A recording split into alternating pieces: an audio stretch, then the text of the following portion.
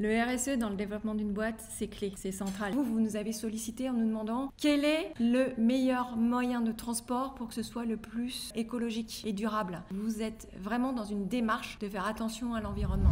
Bonjour, je m'appelle Sophie Cardon, je suis la responsable RSE pour le groupe Phaton Liseo. Les futurs clients de Kiavik Vertical Print, en fait, ont raison de passer par vous. Parce que justement, vous nous avez sollicité en nous demandant quel est le meilleur moyen de transport pour que ce soit le plus écologique et durable. Et nous, on vous a orienté vers des solutions de train, des solutions beaucoup plus éco-friendly. Et donc ça, c'est hyper intéressant parce que vous êtes vraiment dans une démarche de faire attention à l'environnement et jusqu'au transport final. Et ça prouve que vous êtes vraiment focus sur l'éco-responsabilité jusqu'au bout.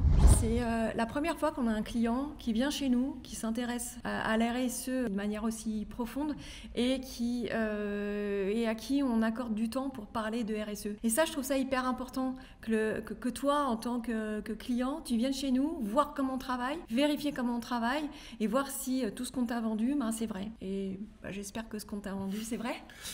C'est gentil déjà, merci beaucoup. Oui, et puis on fait pareil avec la Chine, j'en parlais tout à l'heure avec Nathan, le vrai Nathan, pas le faux. Et Kiavik a émis environ 7,5 tonnes de CO2. Vos 2 premiers transports en aérien, vous avez fait 6 tonnes de CO2 pour 2 imprimantes. Avec le train, vous avez réduit à 1,5 tonnes sur 45 imports. Je dis la même chose, c'est que le contrôle qualité est indispensable. J'avais aucun doute sur le contrôle qualité ici. On a eu plein de raisons de venir aujourd'hui, mais c'est sûr que le fait qu'on ait vraiment tilté pendant cette réunion par rapport au RSE, pour nous, c'est vachement important. La RSE, c'est la responsabilité sociétale des entreprises. Donc c'est à la fois un engagement au niveau de l'environnement, mais aussi au niveau sociétal et au niveau des employés qui travaillent au sein de notre entreprise. Qu'est-ce que tu pourrais dire à n'importe quel entrepreneur qui voudrait se lancer avec une imprimante murale demain, qui est en train de se mettre tout son business en tête, où mettre le RSE? Quelle place doit avoir le RSE dans le développement de ton entreprise? Le RSE dans le développement d'une boîte, c'est clé, c'est central. Aujourd'hui, tu peux plus passer à côté. Autant avant, le RSE, c'était un petit peu le truc qu'on faisait en plus, le côté un peu gadget. Aujourd'hui, c'est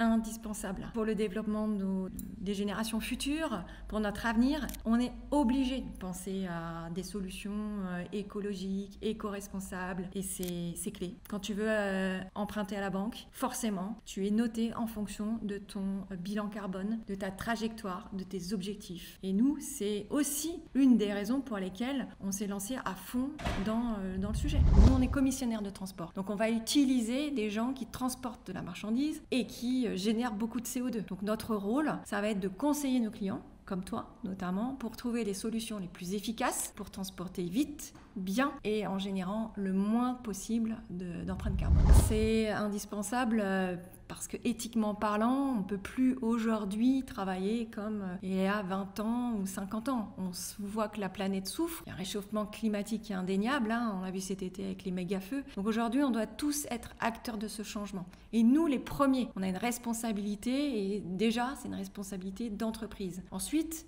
on a ce devoir de vous conseiller pour que vous utilisiez les meilleures solutions. Et nous, en tant que professionnels, on saura vous aiguiller vers les solutions qui sont le moins génératrices de CO2. Notamment, l'avion, évidemment, est beaucoup plus polluant que le maritime ou le train. Ce serait quoi les 3 points les plus importants pour toi pour définir le RSE? La responsabilité, c'est le R de RSE. La responsabilité, c'est clé. On a tous un rôle à jouer, on a tous des responsabilités. Responsabilité au niveau de l'entreprise, mais aussi responsabilité au niveau individu.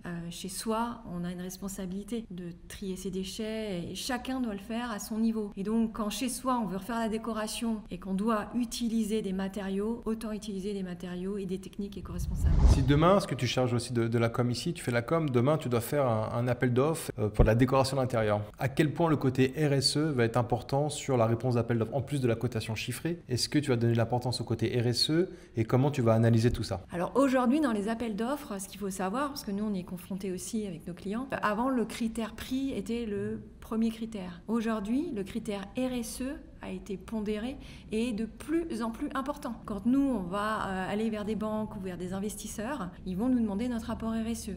On a une trajectoire qui est définie à 2030 et donc ça, on en fait bénéficier nos clients. Si j'ai une peinture à faire ou une impression à faire sur mon mur, je préférerais travailler avec quelqu'un qui a cette responsabilité en tête et dont je suis sûre qu'il va travailler sur ce volet-là, plutôt que d'acheter un sticker en plastique et qui vient en avion depuis la Chine.